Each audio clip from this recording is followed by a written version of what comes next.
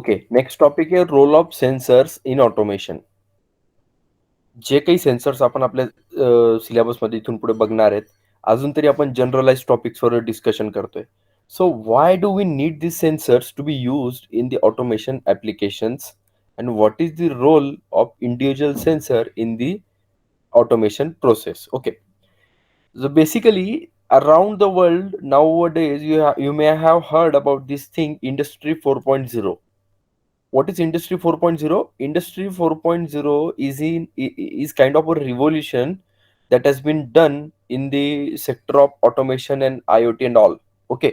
So industry 4.0 मध्ये काय झालं, सगळ्या प्रोसेसेस ज्या आहेत त्या ॲडव्हान्स लेवलला नेण्यात आलेल्या आहे. सो त्याच्यात हा टॉपिक परफेक्टली तिथे आपण सुटेबल आपण तिथे आन्सर देऊ शकतो. That the industry 4.0 revolution has been through a lot of technical progress. It has seen many sensing technologies in the past, but the current technology can accurately respond to the needs of the modern manufacturing process. आता आजपर्यंत industrial processes होत नव्हत्या का? होत होत्या. But आता currently काय change झाला त्याच्यात, की इथून पुढे जे काही टेक्नॉलॉजीज त्याच्यात तुम्हाला बघायला भेटतील, मग ते सेन्सिंग सेक्टर असो, प्रोसेसिंग असो, डेटा मायनिंग असो, डेटा अनालिसिस असो, सगळीकडे ॲडव्हान्समेंट तुम्हाला बघायला भेटतात. तर सेन्सर्सच्या पॉइंट ऑफ व्ह्यूने जर बघितलं तर तिकडे सुद्धा ॲडव्हान्समेंट आपल्याला बघायला भेटतील. Okay. It has increase the production capacity with wireless and cloud based connectivity. Exactly. याच्या आधी काय व्हायचं, आपल्याकडे हे होता, वायर्ड सिस्टीम्स होत्या सगळ्या. आणि वायर्ड सिस्टीम्स असल्यामुळे काय व्हायचं, की डेटा सेंटर्स आणि डेटा स्टोरेज हे आपल्याला तिथे रिमोट लोकेशनलाच जावं लागायचं. बट आता वायरलेस कनेक्टिव्हिटीमुळे क्लाउड बेस्ड तिथे तुम्हाला ऍक्सेस भेटतो. क्लाउड बेस्ड ऍक्सेस भेटल्यामुळे तिकडचा डेटा तुम्ही कुठेही सेव्ह करू शकतात. It has made possible the use of robotics and new IIoT. What is IIoT? That is industrial IoT devices across smart manufacturing facilities. There are a vast number of automation sensors being used, such as tilt sensing. Tilt sensing म्हणजे level अशी तिरप केला हात आपण, की बघा mobile असं थोडासा tilt केला का तिथे लगेच त्याच्यावर मोबाईलवर कंट्रोल्ड काही ऍप्लिकेशन्स आपण तिथे डेव्हलप करू शकतो. Warehouse inventory management to vibration sensing and analysis of moving parts, thermal detection, हे सगळे ॲडव्हान्स लेवलचे सेन्सर झाले. याच्या आधी particularly temperature sensor, humidity sensor, light sensor, proximity sensors हे इन जनरली यूज होत होते. आता हे थोडेसे ॲडव्हान्स लेवलचे सेन्सर्स तिथे इंट्रोड्यूस झाले. Although there are numerous sensors used today, still there are some more often and useful. म्हणजे आता ऑलरेडी भरपूर आपल्याकडे यूज मध्ये सेन्सर्स आहेत आणि ते युजफुल आहेत, नो डाऊट. त्याला आपण असं नाही म्हणू शकत की हे काही कामाचे नाही ते. बट अजूनही आपल्याकडे भरपूर स्कोप आहे. तर कसे, the below mention automation sensors are some of the most common. आता हे बघा, हे कोणते कोणते यूज होतात ते सध्या ऑटोमेशन सेक्टरमध्ये. आपलं टायटल काय, role of sensors in automation. त्याच्यातले बघा कोणते हे important sensors: presence detection sensors, photo optical sensors, monitoring sensors, proximity measuring sensors and data sensors. हे ऑटोमेशन मध्ये कॉमनली यूज केले जात आहे. आणि बाकी जे मग आपण ते जनरलाइज सेन्सर्स आपल्याला ऑलरेडी माहिती आहेत. आतापर्यंत आपण जे हे टर्मिनॉलॉजी फक्त त्यांचे नावं वापरतोय. फॉर एक्झाम्पल, मी बोलतो एखाद्या कार बद्दल, तर कार हा वर्ड जनरलाइज आहे, त्याच्या अंडर भरपूर मॉडेल्स येतात. मी कोणत्या एखाद्या पर्टिक्युलर मॉडेल बद्दल अजून बोलत नाहीये. तर सेन्सर्स मध्ये पण अजून आपण बोलत नाही, आपण जनरलाइज अजून टॉपिक्सवरच आहेत. त्याच्यानंतर आता हे जे सेन्सर्सचे तुम्ही बघितले टाइप्स, जे ऑटोमेशन मध्ये सध्या मार्केटमध्ये यूज होतात ते. सो प्रेझेन्स डिटेक्शन म्हणजे काय असतं, जसं प्रॉक्झिमिटी आपला आधी वर्क करायचा त्याच टाइपमध्ये, बट इथे त्याचा रोल थोडासा ऍडव्हान्स लेवलला असू शकतो. फोटो ऑप्टिकल सेन्सर्स मध्ये काय असतं, इथे इमेजिंग येते, राईट, लाईट अनालिसिस येतो, या सगळ्या गोष्टी त्याच्यात इन्व्हॉल्व्ह होतात. मॉनिटरिंग सेन्सर्स, मॉनिटरिंग म्हणजे कसलं monitoring, process monitoring, data monitoring, person monitoring, भरपूर गोष्टी येतात त्याच्यात. त्याच्यानंतर प्रॉक्झिमिटी मेजरिंग सेन्सर्स, मेजरमेंट एक हा फार मोठा टॉपिक आहे आपला या सिलेबस मधला. ट्रान्सड्युसर्स इन मेजरमेंट सिस्टीम्स वगैरे पुढे आपल्याकडे आहेत टॉपिक लगेच. तर हे मेजरमेंट सिस्टीम्स मध्ये जे सेन्सर्स यूज केले जातात ना, प्रॉक्झिमिटी सेन्सर्स, ते प्रॉक्झिमिटी मेजरिंग सेन्सर्स आहेत. हे पर्टिक्युलर टॉपिक ज्यावेळेस येतील त्यावेळेस तुम्हाला तिथे दाखवण्यातच येतील. आणि लास्टला येतो तुमचा डेटा सेन्सर्स. डेटा सेन्सर्सला डेटा लॉगर्स पण म्हणतो आपण. डेटा लॉगर्स काय करतो, स्पॉन्टेनियस डेटा तिथे सेव्ह करत असतो. एका स्पीडने, एका पर्टिक्युलर फ्रिक्वेन्सीने सेव्ह करत असतो. So these are the sensors that are being used in the sector of automation particularly. आता हे जे सेन्सर्स आपण बघतोय, याचे टाइप्स बघणं सुद्धा गरजेचं आहे. टाइप्स बघणं म्हणण्यापेक्षा मी म्हणेल यांना क्लासिफाय करणं गरजेचं आहे. आता क्लासिफिकेशन करताना भरपूर प्रकारचे क्रायटेरियाज आपण अप्लाय करू शकतो, राईट? आता फॉर एक्झाम्पल मी जर म्हटलं व्हेइकल, गाडी, व्हेइकलला क्लासिफाय करा. व्हेइकलला क्लासिफाय करताना भरपूर प्रकारचे क्रायटेरिया यूज केले जाऊ शकतात. पहिला क्रायटेरिया मी तुम्हाला सांगेल, बेस्ड ऑन फ्युएल. म्हणजे तुम्ही कोणतं इंधन वापरतात त्याच्या बेसवर क्लासिफाय करा. For example petrol vehicle, diesel vehicle, gas vehicle, हा एक क्लासिफिकेशन झाला. दुसरा प्रकार येऊ शकतो based on number of wheels, म्हणजे किती व्हीलर आहे.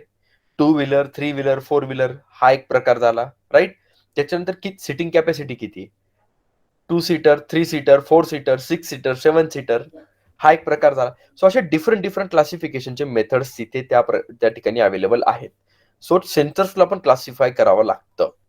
सो several criterias are adopted for the classification of sensors. Some of these are, first one is based on the principle of operation. How the mechanism of sensing is done, that is called as principle of operation. That is transduction principle. त्याच्यावर based सेन्सरला classify करता येतात. Second type आहे based on energy requirements. What kind of energy, how much amount of energy do we need for that sensing operation. Based on these two topics also we can classify the sensors. Third one is based on material and technology used.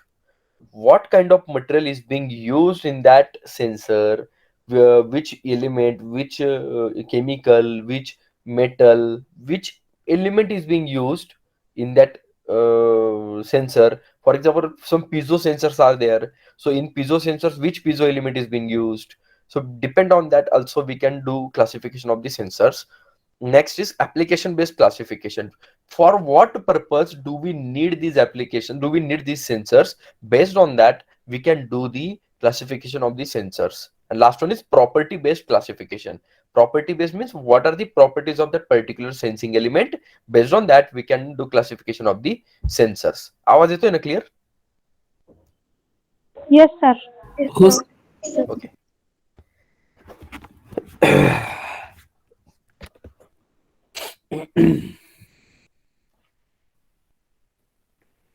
Next आता बघा एक एक बघू. First one based on the transduction principles, म्हणजे working principle. The transduction principle is the basic criteria that should be followed for a systematic approach to classification.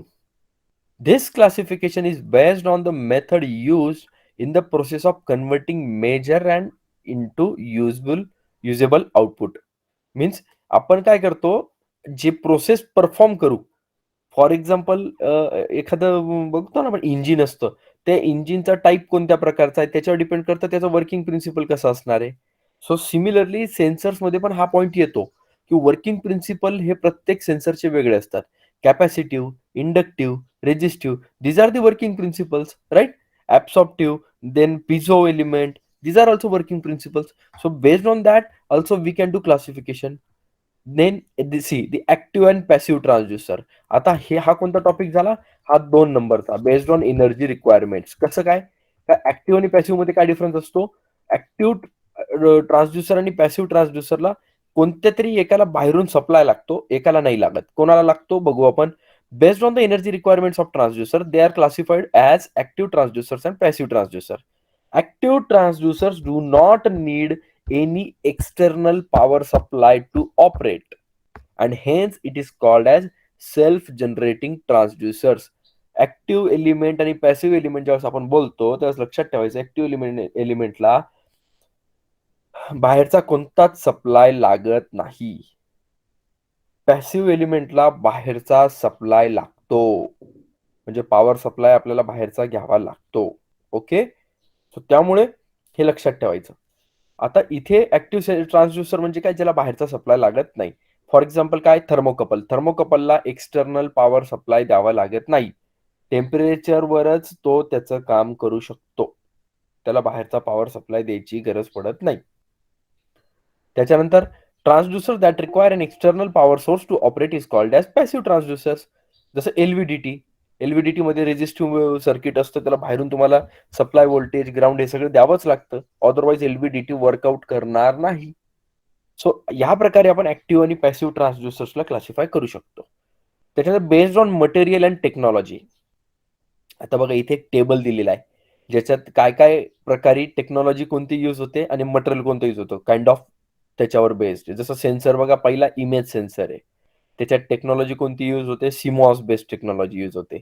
Applications त्याचे काय काय, traffic surveillance, security surveillance, video conferencing, blind spot detection, biometrics, consumer electronics, right. So या प्रकारे तुम्ही हे करू शकताय. जसं आपल्या बीईच्या एका प्रोजेक्ट ग्रुपने एक प्रोजेक्ट डेव्हलप केलेला आहे, wanted पर्सनचा detection.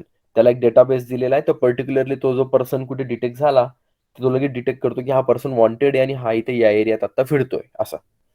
So this is also kind of sensing operation. दुसरा मोशन डिटेक्टर, त्याच्यामध्ये टेक्नॉलॉजी कोणत्या कोणत्या यूज होतात, आयआर, अल्ट्रासॉनिक, मायक्रोवेव्ह और रडार. जे आपण आयआर सेन्सर्स यूज करतो तेच. त्याचं application obstruction detection, light activation, security detection, toilet activation. So many applications are there. Then biosensors. बायोसेन्सर्समध्ये ऑब्व्हियसली इलेक्ट्रोकेमिकल मटेरियल यूज होणार. Food testing, water testing, medical care, biological warfare agent detection. Biological warfare agent detection. This is the best example that we are suffering nowadays, COVID, right? Right. So for that also sensors are available. Like we don't know which particular sensors are being used for that, but for that also sensors are available in the market. Then accelerometers, the last one. Accelerometers मध्ये काय use होतं, MEMS. Medium याचे तुम्हाला छोटे छोटे systems असतात, ते तिथे यूज होतात. जसं तुम्हाला आठवतं का, एक लहानपणी रिमोटची व्हेकल यायची आपल्याला, बघा टॉय व्हेकल येते एक रिमोट व्हेकल. ते रिमोट व्हेकलला आधी असं रिमोट यायचा, आणि रिमोट मध्ये काय व्हायचं, आपण त्याला बटन्सवर दाबायचं. आता काय झालेले, असे रिस्ट बँड आलेले, आपण हातात असं घड्याळ घालतो ना, तसं घड्याळ घालायचं. त्याच्यात हा MEMS डिव्हाइस असतो. MEMS काय असतो, मायक्रो इलेक्ट्रोमेकॅनिकल सिस्टीम्स. सो MEMS डिव्हाइसने काय करायचं, आपण नुसतं रिस्ट मूव्ह केलं काय, तो लगेच त्याचे मोशन चेंज करतो कारच्या. त्यालाच म्हणतात ऍक्सिलरोमीटर. आपल्या मोबाईलमध्ये पण असतो तो ऍक्सिलरोमीटर, गाडीमध्ये पण असतो.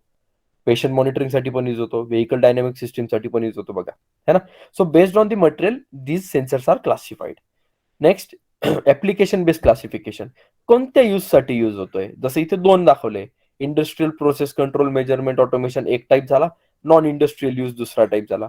नॉन इंडस्ट्रियल मध्ये परत काही टाईप्स येऊ शकतात. Automobiles, mobile products, aircraft, consumer electronics, other sensors, right. So हे ऍप्लिकेशन बेस्ड वर सुद्धा ऍग्रिकल्चर येतात, मेडिकल येतं, हेल्थ केअर येतंय, त्याच्यानंतर डॅमेज कंट्रोल येतंय, आर्किटेक्चर येतंय, पाहिजे तेवढे येतात ऍप्लिकेशन्स, आणि त्याच्यावर बेस्ड आपण क्लासिफाय करू शकतोय. Property based classification. Property means the property of that particular sensing element. A much more elaborate classification based on the properties like pressure, displacement, temperature, heat, whatever things are there. It is subdivided in technology scale. Pressure property is used in technologies such as manometer and piezoelectricity. हा बरोबर, piezo म्हणजे जिथे आपण press करतो ना, जे ते sensors येतात बघा, फूट डिटेक्शन म्हणतो आपण त्याला, फूट स्टेप काउंटिंग म्हणतो. त्याच्यासाठी ते पिझो पिझो एलिमेंट येतात त्याच्यात सगळ्या ठिकाणी, तिथे प्रेशर यूज होतो. Semiconductors and thermal conductance use gas and chemical properties. जे आपण यूज करतो तेच. आपण जे सेमीकंडक्टर डिव्हाइसेस यूज करतो त्याच्यात केमिकल प्रॉपर्टीज यूज केल्या जातात. कोणता आपण बघतो, कोणता सेमीकंडक्टर मटेरियल कोणतं यूज केलेलं आहे, आपण ते चेक करतो आणि त्याचे केमिकल प्रॉपर्टीज वापरतो. हीट सेन्सर्समध्ये थर्मल प्रॉपर्टीज वापरल्या जातात. सो याच्यावर सुद्धा बेस्ड आपण एक क्लासिफिकेशन करू शकतो. हा जो टॉपिक आपण बघतोय ना, हा एक जनरलाइज टॉपिक आहे. हा जर तुम्हाला क्वेश्चन विचारला गेला ना, derive the broad classification of sensors and transducers, या 5-6 स्लाइडमध्ये जेवढं मी सांगितलंय, जेवढं दाखवलंय तसं ॲज इट इज लिहिलं तरी चालतंय, नो इश्यू. आणि एक फक्त मी रेफरन्ससाठी एक क्लासिफिकेशन इथे या ठिकाणी दाखवून ठेवलेलं आहे. मेजर हँड म्हणजे काय असतं, मेजर हँड ऑपरंड आपण जसं म्हणतो ना, तसं मेजर हँड, की आपण काय मेजर करणार आहे. Mechanical measurement, optical measurement, electric, acoustic, thermal, chemical, radiation, biological, magnetic. आणि त्याचे सब टॉपिक्स परत खाली दाखवलेले, की त्याच्यात कोणते कोणते याच्यात काय काय येऊ शकतं. मेकॅनिकल यूज करून काय काय, linear, angular position, velocity, acceleration, force, pressure, stress, strain, mass, density, moment, torque, viscosity, stiffness, roughness, crystallity. एवढ्या सगळ्या गोष्टी मेकॅनिकलच्या अंडर येऊ शकतात. ऑप्टिकलमध्ये काय येतं बघा, तो एरो असा खाली जातोय. Wave, amplitude, phase, polarisation, spectrum, wave velocity. इलेक्ट्रिकमध्ये काय? Charge, current, potential difference, electric field, conductivity, permittivity. अकॉस्टिकमध्ये वेव्ह एम्प्लिट्यूड, वेव्ह वेलोसिटी. थर्मलमध्ये temperature, heat flux, specific heat, thermal conductivity. Then केमिकलमध्ये कंपोनंट्स, कॉन्सन्ट्रेशन, स्टेट्स, आयडेंटिटीज. रेडिएशनमध्ये type, energy, intensity. Biological, biomass, concentration, states and identities. मॅग्नेटिकमध्ये magnetic field, magnetic flux, permeability. आता इथे जसं draw केलंय ना, असंच्या असं ड्रॉ केलं पाहिजे असं नाहीये. तुम्ही असं मोकळं ड्रॉ करा. मेकॅनिकल एक नंबरला असं व्यवस्थित या साईडला कुठेतरी येऊ द्या, लेफ्ट साईडला त्याच्या खाली मेकॅनिकलचेच लिहा. ऑप्टिकलच्या खाली ऑप्टिकलचेच लिहा. इलेक्ट्रिकच्या खाली इलेक्ट्रिकचेच लिहा. अकॉस्टिकच्या खाली अकॉस्टिकचेच लिहा. असं सगळं करायचं व्यवस्थित. ही इमेज तशी म्हणजे तसंच केलं पाहिजे असं नाही. ठीक आहे. आता आपण काय करू, मला तिकडे एक्झाम स्टार्ट करायची. मी तुम्हाला तुमच्यासाठी एक चांगला टॉपिक आणलेला आहे actually. Something of the topic. 2 तुम्हाला व्हिडिओ मला दाखवायचे ऍक्च्युली. त्याच्यातला एक व्हिडिओ जो आहे तो बॉयलरचं वर्किंग आहे. आता आपण मागच्याच सेमिस्टरला बघा याला गेलो होतो, व्हिजिटला गेलो होतो. आठवतंय? सॉरी मागच्या सेमला, हा मागच्या सेमच झालं. लास्ट मंथ मध्ये आपण गेलो होतो. गेलो होतो ना? कुठे गेलो होतो? MB sugar. तिथं बॉयलर बघितला होता आपण. Yes sir. हा, तर त्या बॉयलरचं वर्किंग प्रिन्सिपल तुम्हाला मी दाखवतो. आणि हे मी प्रत्येक वेळेस करत जाणार आहे. समथिंग ऑफ द टॉपिक नावाने एक स्लाइड असत जाईल. त्याच्यावर असं मला वाटलं की जे तुम्हाला सांगणं गरजेचं आहे, काहीतरी एखादा टॉपिक जो माहिती असला पाहिजे तुम्हाला, त्याचे व्हिडिओज मी तुम्हाला तिथे दाखवणार आहे. ते हा एक टॉपिक आहे. आणि त्याच्यानंतर स्पीकर्स जे असतात ना, स्पीकर्स साऊंड प्रोड्यूस कसं करतात, हाऊ स्पीकर्स मेक साऊंड, हे 2 व्हिडिओ मी तुम्हाला त्या ठिकाणी दाखवतो. मी आता व्हिडिओ प्ले करतो. मला एकदा व्यवस्थित सांगा. व्हिडिओचा आवाज येतोय का तेवढं सांगा. Today's boilers, as they have been since their आता येतोय? येतोय सर आता. हो. Draft fan blows air into the system. Today's boilers, as they have been since their origin, involve the complex production and manipulation of steam. The forced draft fan blows air into the system. A portion is routed to the pulverizers, which crush coal into a fine dust before pushing the mixture up through feeder tubes. The other portion passes through an air preheater, which transfers heat from the exhaust gases to the incoming air, raising the air temperature, reducing moisture, and producing a cleaner burn. The hot forced air and coal dust converge in the wind box, where the mixture is blown out through burners and ignited inside the firebox, transferring radiant heat to the water-filled tubes. The hot gases flow upward, heating the rest of the system through convection, before passing through the air preheater and ultimately flow into the scrubber, where pollutants are removed.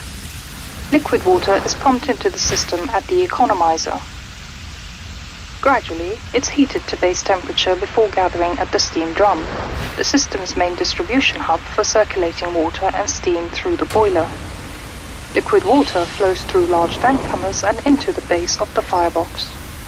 A network of 2-inch tubes line the firebox walls, and burners force feed a continuous supply of combustible fuel into the ultra-hot firebox. Eventually, the insides of the firebox burn so hot that its surrounding steel walls would melt if not for the tube-lined walls of liquid water. At the point in the cycle when the liquid water turns to steam, the steam separates and collects at the top of the steam drum. Because this saturated steam still contains small amounts of liquid water that would cause corrosive damage to the turbine, the saturated steam is routed back into the firebox and through superheats to burn off all but the smallest traces of liquid water. This dry, superheated steam then exits the boiler, passing through a steam locker and ultimately providing power to the spinning turbine, which generates electricity. Finally, exhaust steam, now at a lower temperature and pressure, is sent back to the boiler through a dedicated reheat stage. This reusable steam is brought back up to operating temperature before returning to the turbine, providing additional power through a secondary stage. Attached to a cone to translate this movement into pressure waves that travel through the air. Let's look at. I'm Jake O'Neill, creator of Animagraphs, and this is how speakers make sound. The basic speaker design has a motor that drives the speaker back and forth, attached to a cone to translate this movement into pressure waves that travel through the air. Let's look at each part in depth. The motor. A voice coil and magnet work together to form the speaker motor. The voice coil has a long section of thin copper wire wound many times around a heat-resistant cylinder called the former. When electricity flows through the copper windings, it naturally generates a surrounding magnetic field. This phenomenon is what makes an electromagnet.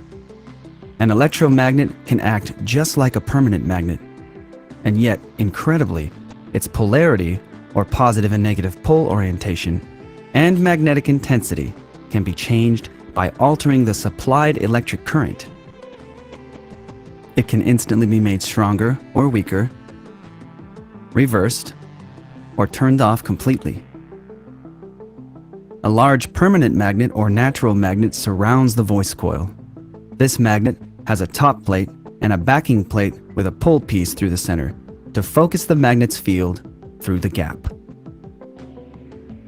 An intricate electrical signal flows through the voice coil windings, causing it to move back and forth as its magnetic field pushes and pulls against that of the permanent magnet. This electrical current is a precise replica of the audio that was originally recorded. In fact, the entire sound is contained in this impossibly detailed signal. The cone and suspension. The cone translates voice coil movement into waves that travel through the air. It has its own flexible suspension system, made up of the surround on the outside and the corrugated spider at its center. The dust cap keeps debris and unwanted material out of sensitive internal areas. Underneath the dust cap, the voice coil's copper leads attach to more flexible wires called tinsel leads that can smoothly deform with intense speaker movement. Recreating the whole symphony. If a speaker only moves back and forth, how does it reproduce an entire symphony of sounds at the same time? Let's look at basic sound wave operation. Air is an elastic medium, meaning that it returns to its original shape once an acting force is removed. Speakers push and pull air molecules, making them ram into each other in a domino effect. This wave reaches and moves your eardrum, which sends a signal that your brain interprets as sound. You could even say that hearing is just movement detection.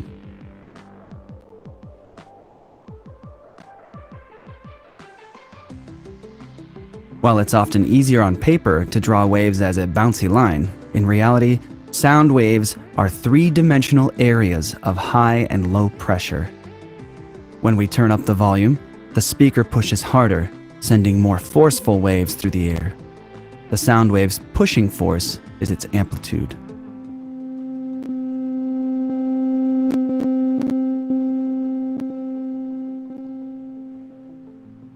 To make high and low sounds, the speaker vibrates faster or slower. The wave rate is its frequency measured in hertz, or in musical terms, its note pitch.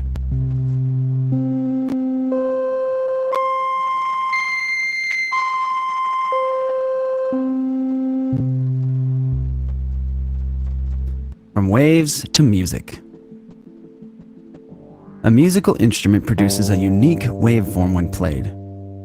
Just one note has low, mid, and high range vibrations combined into a complex sound wave. The most apparent frequency of a vibrating guitar string may be a G note. And yet many smaller twitches and movements travel through the string at the same time, producing tones that your ear also detects.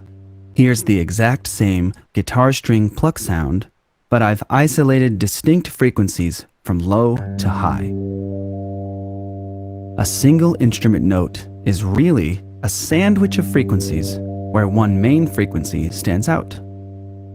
This frequency sandwich is known as an instrument's timbre, or unique sound. It's making a G note, yes, but it still definitely sounds like a guitar and not a piano. When two or more instruments are played together, the unique sound waves combine into one even more complex unified wave.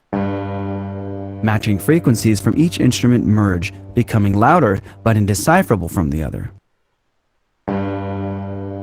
However, many unique frequencies from each instrument's distinct timbre remain intact and undisturbed. With a little effort, our ears can still pick out these individual instruments from the mix. The human ear can discern sound vibrations between about 20 Hz and 20,000 Hz. That's a lot of available frequency to work with.